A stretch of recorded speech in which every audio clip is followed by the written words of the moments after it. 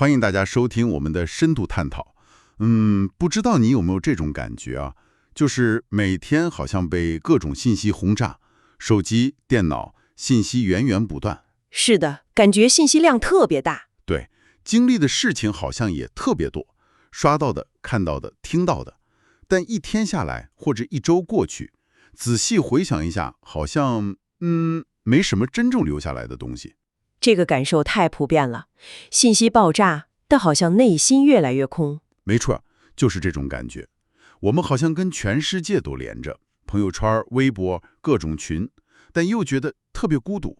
信息是前所未有的丰富了，可好像，智慧反倒变少了。这其实就是一个深刻的悖论，而这个悖论早在差不多100年前，哲学家瓦尔特·本雅明就已经敏锐地观察到了。他提出了一个概念，叫做经验的贫乏 （Erfahrungsarmut）。经验的贫乏听起来就很有冲击力。他那个时代的贫乏，跟我们现在这个数字时代，尤其是 AI 都出来了，这个贫乏是一回事儿吗？还是更严重了？这个是好问题。本雅明的洞察力惊人，他的理论在今天看来，不仅没有过时，反而更加切中了要害。可以说，数字技术，特别是 AI， 把这种经验贫乏的危机推向了一个新的，可能说是顶峰吧。哇，那我们今天就得好好聊聊了。根据咱们手头这些资料，深入挖一下本雅明的理论，看看他到底是怎么分析的，以及这对我们理解当下，尤其是 AI 时代，到底意味着什么。好，要理解本雅明对这个问题的诊断，关键是要抓住他理论里的2个核心概念。这2个词儿都是德语，可能不太好直接翻译，但非常关键。您说的是？一个是 Erfahrung， 我们大致可以理解为深刻的、可传承的经验或者说智慧；另一个是 Erlebnis， 这个更偏向于瞬间的、孤立的体验或者说经历。Erfahrung和 Erlebnis， 听起来好像有点像，但您强调它们是根本对立的。对，在本雅明的语境里，它们代表了2种完全不同的时间模式，2种不同的存在状态，甚至是2种不同的世界观。很多语言里可能就把它们混用了，但本雅明把它们的区别提升到了哲学的高度。理解这个2元对立是进入他思想的关键一步。2个概念彻底弄清楚。先说说这个 Erfahrung， 这种深刻的经验，它到底是什么样的？跟我们平时说的我经历过什么有啥不一样？Erfahrung 啊，它不是指你个人经历过的事情的简单总和，它更像是怎么说呢？一种有机的沉淀下来的东西。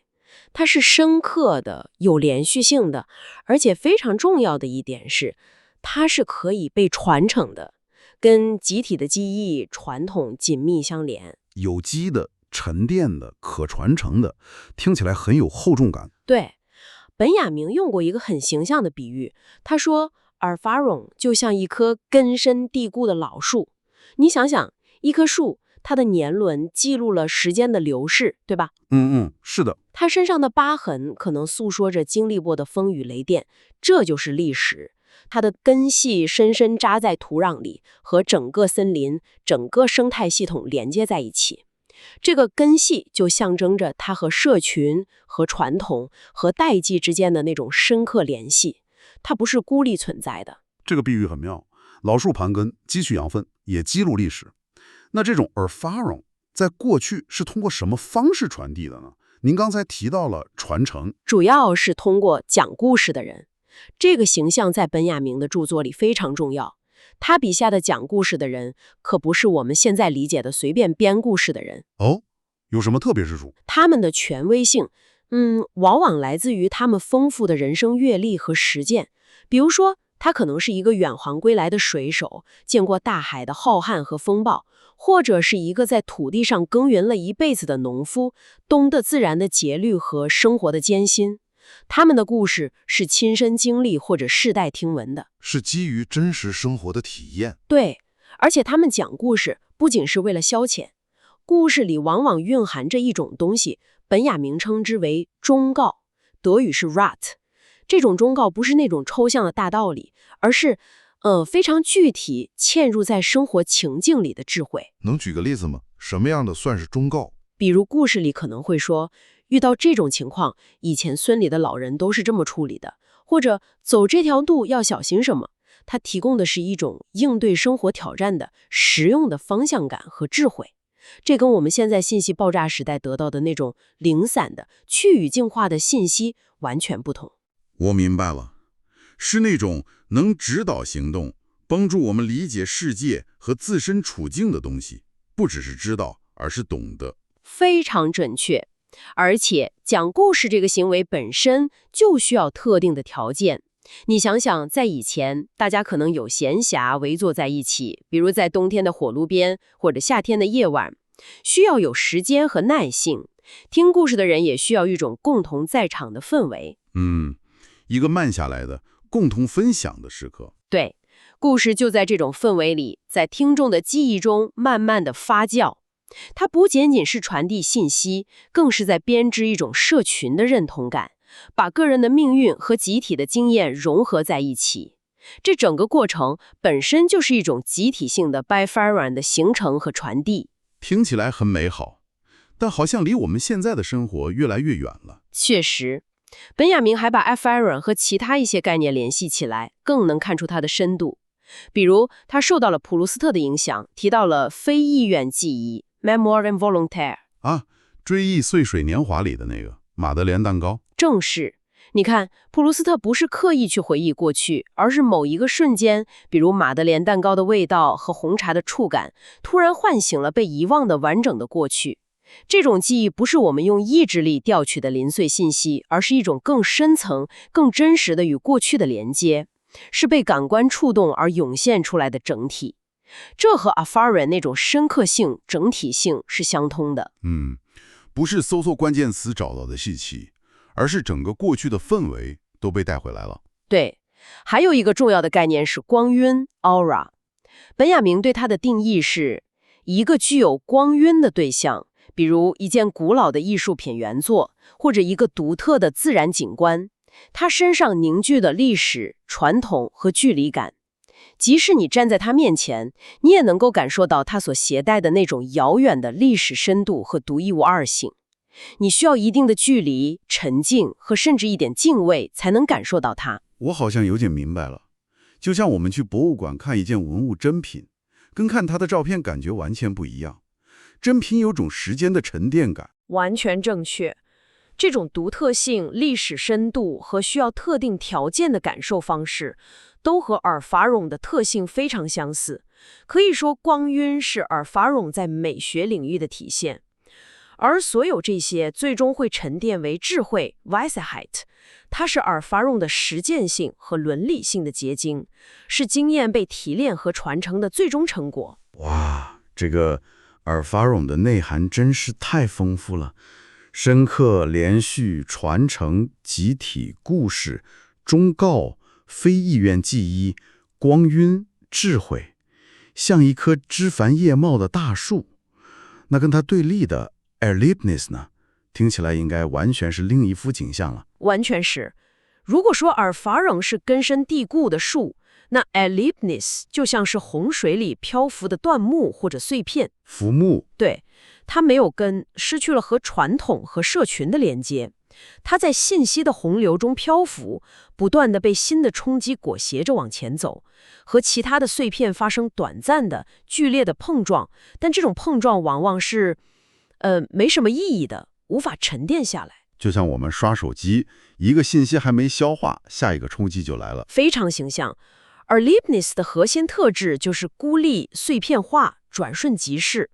它是现代生活中那种活生生的瞬间，但这个瞬间是断裂的，无法积累，无法形成有机的整体。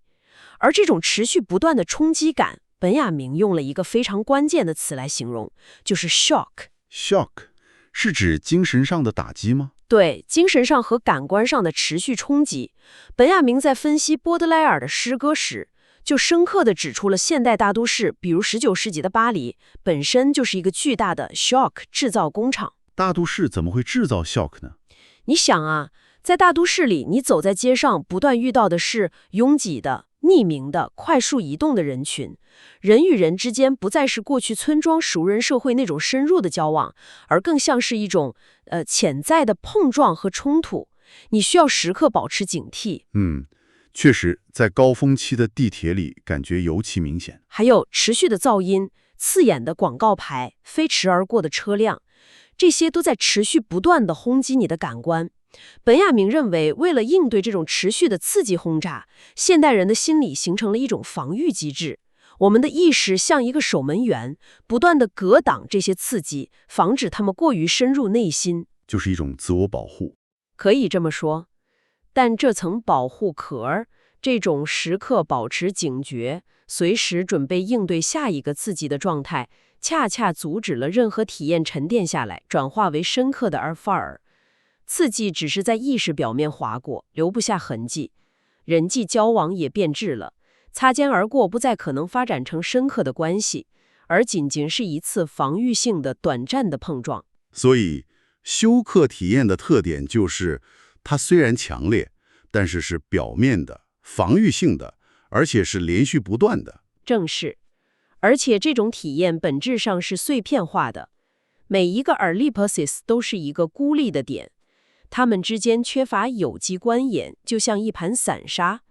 这和现代社会个体日益原子化的状态是相辅相成的。人们从传统的社群根基中被拔起，成为一个一个孤立的存在。他们的生活体验也因此变得越来越像一系列互不关联的瞬间。明白了。而 Faron 是扎根深处的、缓慢生长的、连接过去与未来的智慧之树，而 Erlebnis 则是漂浮在表面的、转瞬即逝的、彼此孤立的体验浮木。其核心感受是休克。这个区分确实是理解后面问题的基础。对，我们可以简单总结一下两者的对立。而 Faron 时间模式是连续、持久的，像树的生长；而 Erlebnis 是断裂、瞬间的，像浮木碰撞。而 Faron 的核心是集体记忆和传承，而 Erlebnis 是个体化、孤立的感受。而 Faron 的主要载体是故事和忠告，而 Erlebnis 主要是信息和刺激。而 Faron 导向智慧和理解，而 Erlebnis 导向短暂的兴奋或震惊，但难以沉淀。而 Faron 关联着光晕和非亿万记忆，而 Erlebnis 则与休克和碎片化紧密相连。这个对比非常清晰。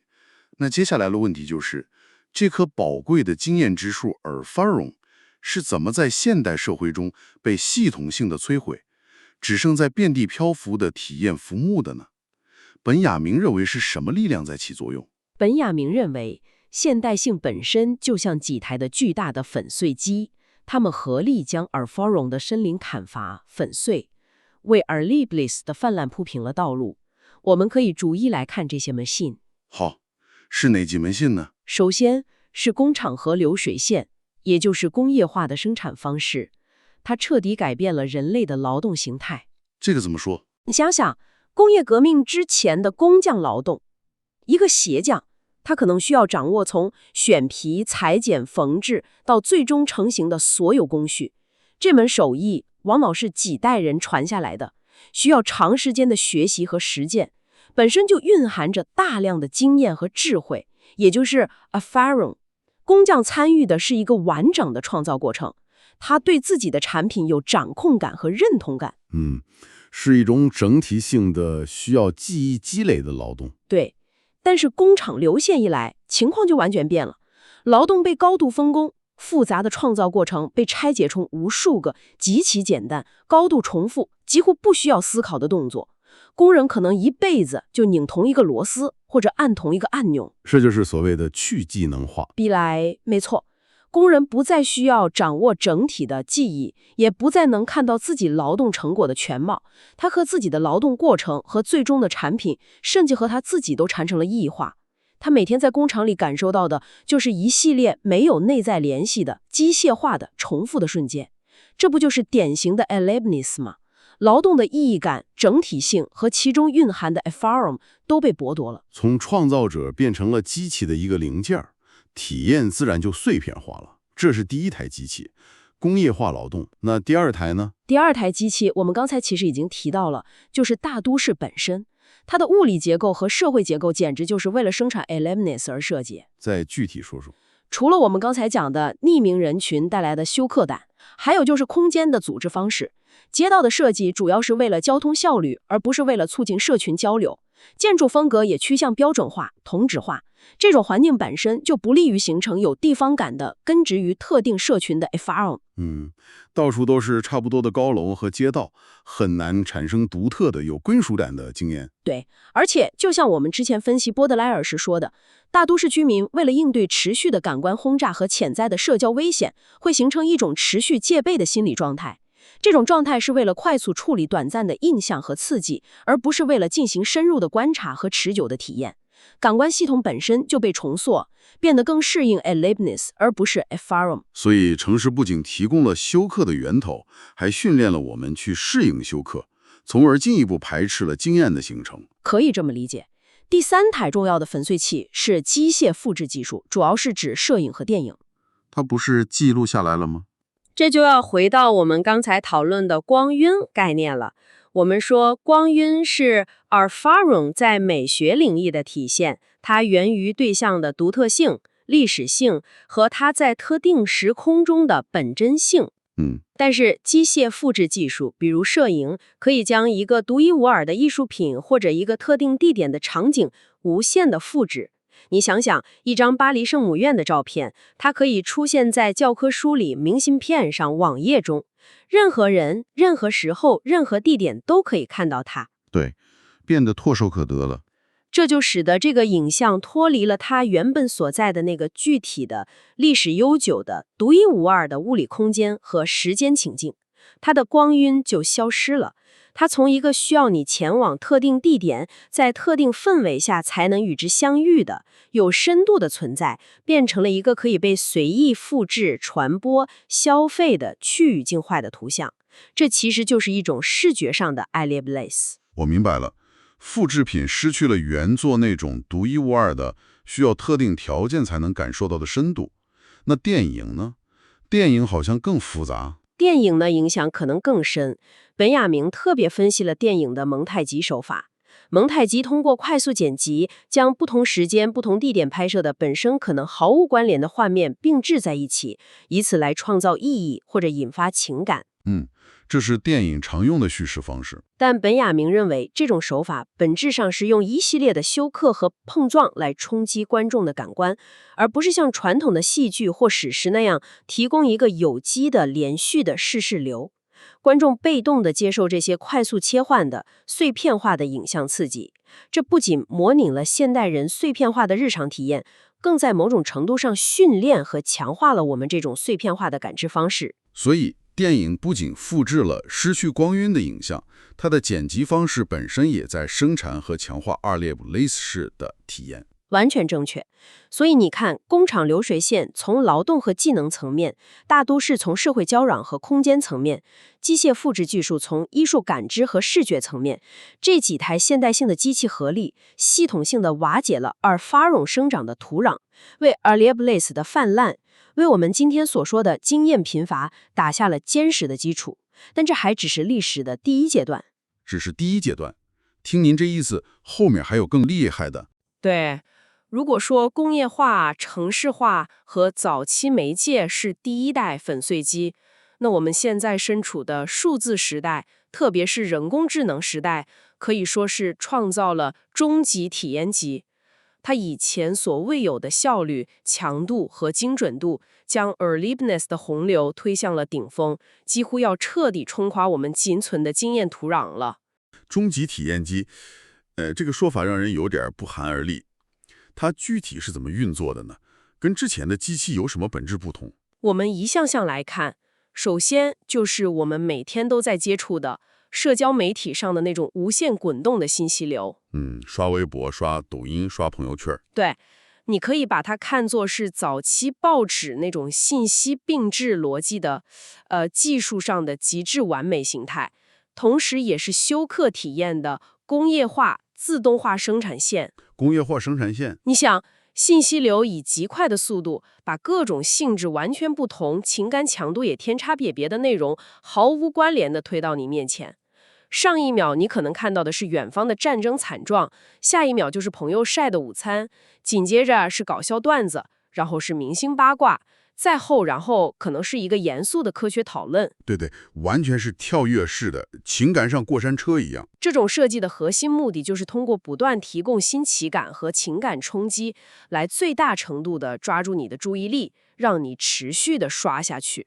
它不在乎内容的深度或者连贯性，只在乎能不能在最短的时间内给你最大的刺激。为了流量和用户市场。是的，而这种持续不断的碎片化的信息轰炸，会把我们置于一种心理学家所说的持续性部分注意力 （continuous partial attention） 的状态。也就是说，你的注意力总是分散的，随时准备切换到下一个更重要或更有趣的信息点上。好像永远在线，但又好像对什么都心不在焉。没错，在这种状态下，深刻的专注、安静的反思几乎是不可能的。大脑被训练成了一个只对瞬间刺激做出反应的器官，而不是一个能够沉淀信息、整合经验、形成深度理解的场所。这不就是 alertness 的极致泛滥吗？确实如此，大脑成了处理瞬间刺激的流水线。那算法推荐呢？它在这里面扮演了什么角色？感觉现在我们看到的大部分内容都是算法推给我们的。算法扮演的角色更加怎么说呢？更加根本性，也更加隐蔽。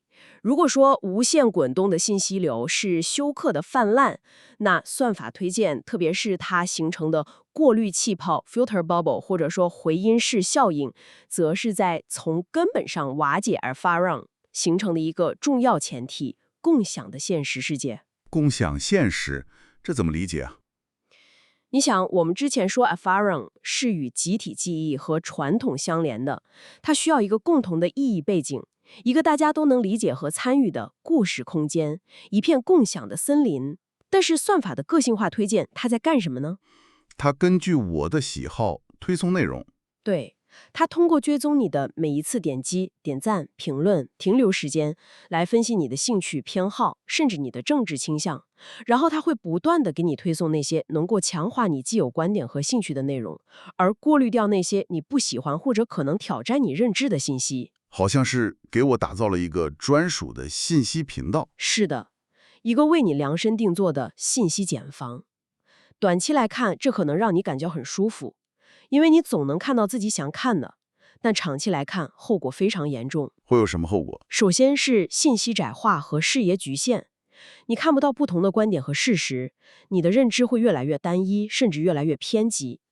其次，也是更关键的，它会从根本上侵蚀我们共同的现实基础。如果每个人都活在自己的信息气泡里，看到的世界完全不一样，那我们还怎么可能形成共识？怎么有可能有共同的讨论基础？集体智慧又从何谈起？这确实是个大问题。如果连基本的事实认知都不同了，那对话都很难进行。没错，用户被动地困在算法精心构建的信息闭环里，不断捡拾着那些验证自身偏见的 alibis 的信息碎片，逐渐丧失了主动探索、选择和批判性思考的能力。跨群体、跨世代的沟通和经验传承，在这种情况下变得极其困难，因为大家好像已经不再生活在同一个可以言说、可以理解的世界了。共享的意义空间被算法分割成了无数个互不相通的小隔间，这确实是对Alpha-ROM根基的巨大破坏。那我们再看看人信息传递者的变化呢？从您刚才说的讲故事的人，到现在流行的网红，这中间发生了什么？这个对比也非常能说明问题。你想想，讲故事的人，他的权威来自哪里？来自他一生的实践经历，来自他所承载的集体智慧和传统。他传递的是沉淀下来的生活经验和忠告。是时间的积累和社群的认可。那网红呢？他的影响力往往来自于什么？更多的是来自于表演能力、话题制造能力，以及将个人生活企观化、商品化的能力，对吧？他们提供的往往不是深刻的智慧，而是精心策划的、能够引起模仿欲望或者争议的、孤立的体验片段。感觉更像是在推销一种形象或者一种生活方式。对，他们的叙事模式不是融入社群的完整的生命历程，而是由一系列精心挑选的可供展示和市场化的高光时刻或者人设标签所构建的个人品牌。这整个逻辑都是围绕着生产和消费 Adlibris 来进行的。权威的来源、传递的内容、叙事的方式，都从 Efron 的逻辑转向了 Adlibris 的逻辑。从传承智慧变成了贩卖体验，这个转变确实很能体现我们时代的变化。那么接下来就是最前沿，也是可能最令人担忧的生成式人工智能 Generative AI 了。它在这个经验贫乏的途径里又扮演了什么角色？如果说社交媒体是休克的工业化，算法是共享现实的瓦解，网红是体验的商品化，那么生成式 AI 可以说是这场危机的一个质的飞跃和冰封。质的飞跃怎么讲？之前的数字技术更多的是在策展、分发或者放大现实中已经存在的体验碎片 Adlibris， 但生成式 AI 不一样，它具备了无限地个性化地按需创造足以乱真的体验和信息的能力，从搬运和过滤变成了凭空制造。可以这么说。而且这种制造能力是极其强大的。传统媒体可能报道现实，社交媒体可能放大现实中的某个片段，但生成式 AI 可以根据特定的指令，凭空捏造出一段看起来非常可信的文字、一张图片、一段 audio 甚至视频。现实和虚构的界限在它面前变得前所未有的模糊。更已进一步，这带来的不仅仅是被动困在过滤气泡里的问题了。AI 可以被用来生成大量的高度针对性的智能虚假信息，而且它可以把这种能力武装给普通用户，让每一个人都可能成为虚假信息的制造者和传播者，主动去毒化公共话语空间和集体记忆的源头。哇，这听起来太可怕了。您之前用了个比喻，说体验工厂变成了军火库。这个比喻可能有点极端，但它揭示了风险的性质。问题不再仅仅是我们被动地接受碎片信息，而是整个信息生态系统可能被大规模有目的的污染和武器化。Adlibris 的生产不再只是为了吸引注意力，更可能被用于操纵认知和制造分裂。感觉 AI 让制造和传播体验碎片的成本变得极低，威力却变得极大。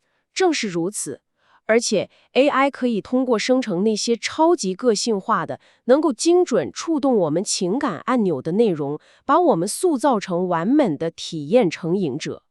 它知道什么最能刺激你，就给你生成什么。我们可能完全沉浸在一个由算法和 AI 精心打造的、与共享现实和本真 Adlibris 完全脱节的刺激反馈循环之中，难以自拔。所以，数字技术，尤其是 AI， 不仅是加速了 Adlibris 的生产，还从根本上改变了信息生态、社会结构，甚至可能正在重塑我们的存在方式，把经验的贫乏推到了一个前所未有的地步。是的，这一系列外部环境的巨变，最终必然会在我们的心智内部留下深刻的印记。本雅明当年主要是从哲学和文化批判的角度来谈论经验的衰落。但如今，他的很多洞察似乎在认知心理学和神经科学领域也得到了某种程度的印证。技术不仅改变了外部世界，还在改变我们的大脑和思维方式。很有可能是这样。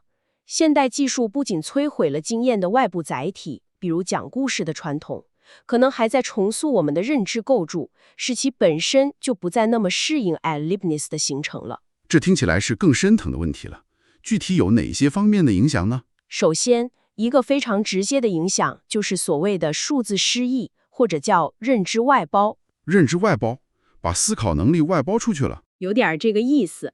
其实本雅明在谈到印刷术兴起的时候，就已经哀叹过它对人类记忆力的某种削弱。而现在，我们对智能手机、搜索引擎、云存储的依赖，远远超过了当年对书本的依赖。我们需要记个电话号码吗？不需要存手机里了。需要了解一个知识点儿，马上搜索一下就行了。我们越来越习惯于把信息存储在外部设备上，而不是我们自己的大脑里。确实是这样，感觉大脑的很多储存功能被手机取代了。有不少研究表明，当我们知道信息可以很容易地从外部获取时，我们记忆这些信息本身的动力和能力就会下降。我们可能只记住了在哪里能找到信息，而不是信息本身。记住了路径，但没记住内容。对，这种对外部数字设备的依赖，正在削弱我们自身形成和巩固长期记忆的能力，而长期记忆恰恰是形成深刻理解和智慧的基础。这几乎可以说是 F8无法形成的一种，字面意义上的生物学或认知层面的表现了。深刻的、内化的，能够成为我们一部分的记忆，正在被肤浅的、外部化的、即用即查的数据检索所取代。这不就是一种 Ellipsis 式的记忆方式吗？太有道理了，把记忆外包，自身的记忆能力就萎缩了，这是第一个影响。还有其他的吗？第二个重要的影响是反思能力的萎缩，这和我们刚才谈到的注意力碎片化直接相关。就会很难专注。对，你想要把一个短暂的冲击性的 Ellipsis 转化为深刻的能够指导未来的 F8，一个关键的步骤是什么？是需要时间，需要安静下来，去沉思，去整合，去理解这个经历到底意味着什么，它和其他经历有什么联系。需要一个消化的过程。非常准确的比喻。但是我们现在的媒体环境恰恰在系统性的消除这种消化和沉思的可能性。持续的信息轰炸和对注意力的争夺，让我们的心智始终处于一种被动的、应激性的格挡模式。就像本雅明描述的那个走在大街上时刻警惕的都市人一样，只不过现在的街道是数字空间，冲击来自四面八方，永无止境。感觉大脑一直在救火，处理眼前的刺激，根本没空去想更深层的东西。就是这样，这种状态阻止我们进入反思所必须的那种深度时间。所谓的深度时间，就是那种能够沉浸其中，让思绪自由联想、发现模式、建立联系、提炼意义的心理时空。如果失去了进入深度时间的能力，我们就好像被永远困在了当下时刻的表面，不断地从一个刺激跳到另外一个刺激，无法完成经验的沉淀和转化。就像一直在水面上漂，无法潜下去。对，第三个影响可能是最隐蔽但也最根本的，我称之为算法化心智。算法化心智，这是什么意思？听起来有点科幻。他的意思是我们不仅仅是在使用机器和算法，我们的思维方式本身可能也正在变得越来越像机器和算法。我们在模仿机器思考。有这种趋势。一些人机互动的研究和批判理论指出，当我们长期深度地与算法系统互动时，这些系统的逻辑和价值观可能会潜移默化地内化到我们自己的认知过程中。能具体说说吗？哪些思维方式算是算法化了？比如说，可能会越来越偏爱速度而非深度，追求快速获得答案而不是深入理解过程；可能会越来越依赖统计模式而非因果理解。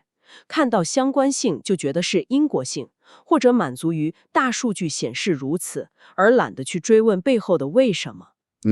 好像确实有这种倾向，看总结报告比看详细分析省事儿。还有，可能会越来越偏爱确认而非探索，就像算法推荐那样，我们更愿意待在舒适区，接触那些印证我们想法的信息，而不是去探索未知或挑战性的领域。思维方式可能变得更加结果导向、可量化，追求那些能够被快速衡量和评估的输出，而忽视那些难以量化的过程性的价值，比如情感、直觉、创造性等。听起来，这种思维方式确实更高效，更适应现在这个快节奏、数据驱动的世界。是的，它非常适应 consumer 和生产 Ellipsis。一个算法化的心智能够高效地处理碎片信息，快速做出反应，优化性能。但是这种心智结构在其构造上就已经很难去培养或者珍视Alpharon那种缓慢的、细致的、充满模糊性的、需要耐心和沉思的形成过程了。它跟 Alpharon 的内在要求是相悖的。我明白了，数字失忆、反思能力萎缩、思维模式算法化，这些认知层面的变化与我们之前讨论的外部环境社交媒体、算法、AI 相互作用，共同构成了一幅Al-Farang可能正在彻底消亡的完整图境。可以这么说。回到最初，本雅明将近1个世纪前的警示，在今天听来真的是振聋发聩。我们似乎真的在滑向一个失忆的文明。这个概括很精准。这个悖论太突出了。我们拥有前所未有的记录和存储能力，信息像海洋一样淹没我们，但我们却越来越健忘，越来越难以从经历中学习。我们前所未有的连接在一起，却感到前所未有的孤立和隔绝。我们每天经历着最多的事情，却积累着最少的经验。是的，大脑好像变成了一个被动的高速运转的数据记录仪，里面塞满了各种互不关联、无法消化的事件和信息碎片。我们拥有无穷无尽的 Erlebnis， 却可能正在系统性的丧失将它们提炼为 Erfahrung， 也就是智慧的能力。本雅明的最终警告就是，一个只剩下体验而没有经验的文明，将是一个失忆的文明。他用过一个比喻，就像一个无法从过去学习的病人。对，一个永远被困在当下的重复的，可能最终变得毫无意义的震惊之中，甚至到最后，连震惊本身都变得麻木了，因为刺激已经常态化了。这个前景确实令人非常不安。那面对这样的终极体验机和它带来的认知层面的改变，我们能做些什么呢？这还有逆转的可能性吗？这个挑战，坦白说是极其艰巨的，因为它不是一个简单的技术问题，不能靠开发另一个 App 或者升级一下硬件来解决。它触及的是我们生活方式、社会结构、文化模式乃至心智习惯的根本。听起来不是轻松的事情。对抗这种趋势，可能需要一场，怎么说呢？一场文明层面的自我意识和自我救赎。它要求我们有意识的、刻意的去创造和守护那些能够让经历沉淀为经验的空间、实践和心智习惯。这需要巨大的个人努力和集体反思。文明层面的自我救赎，这确实是一个需要我们每个人去思考的问题。那在我们被这股体验的洪流彻底卷走之前，或许我们可以把这个问题留给每一位听众去思考。作为一个个体，在这股巨大的趋势面前，你将如何行动？你会尝试用什么方式来重新将自己生活的根须，哪怕只是一小部分，扎回到那片叫做经验的更深厚的土壤之中？